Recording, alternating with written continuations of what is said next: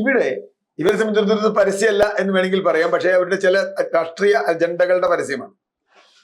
NS മാധവനെ ഞാൻ വിടുന്നു. അദ്ദേഹത്തിന് കഴിഞ്ഞോണ്ട് മുമ്പ് പറഞ്ഞിട്ടുണ്ട് അദ്ദേഹം ഒരു ഇടതുപക്ഷം അറിയപ്പെടുന്ന ഇടതുപക്ഷക്കാരനാണ്. വളരെ ചിന്താഗതിയുള്ള ആളാണ്. ഇടതുപക്ഷം എന്ന് പറഞ്ഞാൽ നിൽക്കുന്ന ആളാണ്. പക്ഷെ അദ്ദേഹത്തോടൊപ്പം തന്നെ ഉറച്ച ഇടതുപക്ഷത്ത് നിന്ന് കുറെ ആളുകൾ അല്ലാന്നും പറഞ്ഞിട്ടുണ്ട്. സച്ചിദാനന്ദനോ സാറാ ജോസഫോ അതുപോലെയുള്ള നിരവധി ആളുകൾ. അതിനൊന്നും വലിയ ശ്രദ്ധ കിട്ടുന്നില്ല. അല്ല, അത് വരില്ല. അത് അന്ന് വന്നുവല്ലോ. അത് ഇലക്ഷന് മുമ്പല്ലേ? ഇലക്ഷന് മുമ്പാണ്. ഇപ്പൊ ഇത് ഇലക്ഷന് ശേഷമല്ലേ? എന്തെങ്കിലും ഇമ്പാക്ട് ഉണ്ടാവണമെങ്കിൽ എന്ത് വേണം? ഇലക്ഷന് മുമ്പ് പറയണ്ടേ? ഇലക്ഷന് ശേഷം പറഞ്ഞിട്ട് ഒരു ഇമ്പാക്റ്റും ഇല്ലല്ലോ. അപ്പൊ ഇപ്പൊ ഇവര് പറയുന്നതിന് ഇവരുടെ സ്വന്തം ആത്മരതി അല്ലെങ്കിൽ ആത്മസംതൃപ്തി എന്ന് പറയാനേ പറ്റൂ. ഇനി ഇവരുടെ അഭിപ്രായങ്ങളുടെ മെറിറ്റിലേക്ക് നമ്മൾ വന്നാൽ, എങ്ങനെയാണ് NS മാധവനെ പോലെ ഒരാൾക്ക് കേരളത്തിലെ ജനങ്ങളുടെ ഇടയിലേക്ക് ഇറങ്ങിച്ചെന്ന് ജനങ്ങളുടെ അഭിപ്രായം അറിയാൻ കഴിയുക? അദ്ദേഹം പ്രായ ഒരു മനുഷ്യനാണ്. അദ്ദേഹത്തിന് അത് യാത്ര ചെയ്യാൻ പറ്റില്ല.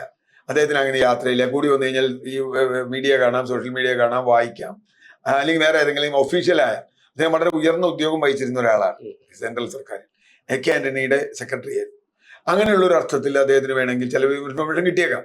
പക്ഷെ ഇതൊന്നും വസ്തുനിഷ്ഠമായ ഇൻഫർമേഷൻ അല്ല എന്ന് നമുക്ക് കൃത്യമായിട്ട് അറിയാം. കാരണം ജനങ്ങളുടെ ഇടയിൽ നിരന്തരം പ്രവർത്തിക്കുന്ന രാഷ്ട്രീയ പാർട്ടികൾക്ക് വരെ പല മണ്ഡലങ്ങളെ കുറിച്ച് ഇപ്പോഴും ഒരു ഐഡിയ ഇല്ല. അപ്പോഴാണ് ജനങ്ങളായിട്ട് ഒരു ബന്ധമില്ലാതെ അവിടെ ദന്തഗോപുരത്തിലിരുന്ന് ഇങ്ങനെ കുറെ പത്രം വായിച്ച് എടുക്കുന്ന ആളുകളുടെ അഭിപ്രായം. പക്ഷെ ഞാൻ അദ്ദേഹത്തിന് സമാനമാണ് വെള്ളാപ്പള്ളിയും അല്ല, അത് രണ്ടാമത്തെ വിഷയം. അപ്പൊ തീർച്ചയായിട്ടും NS മാധവനെ ഞാൻ ബഹുമാനിക്കുന്നുവെങ്കിലും അദ്ദേഹത്തിന്റെ അഭിപ്രായം പാർട്ടിക്കാർക്ക് പറയാൻ കഴിയാത്ത അഭിപ്രായം ഈ NS മാധവൻ പറയുമ്പോൾ അതിൽ അദ്ദേഹത്തിന്റെ ആഗ്രഹം മാത്രമേ ഞാൻ കാണുന്നുള്ളൂ. അദ്ദേഹത്തിന് ആഗ്രഹമുണ്ട് വരാൻ. Yes, very good.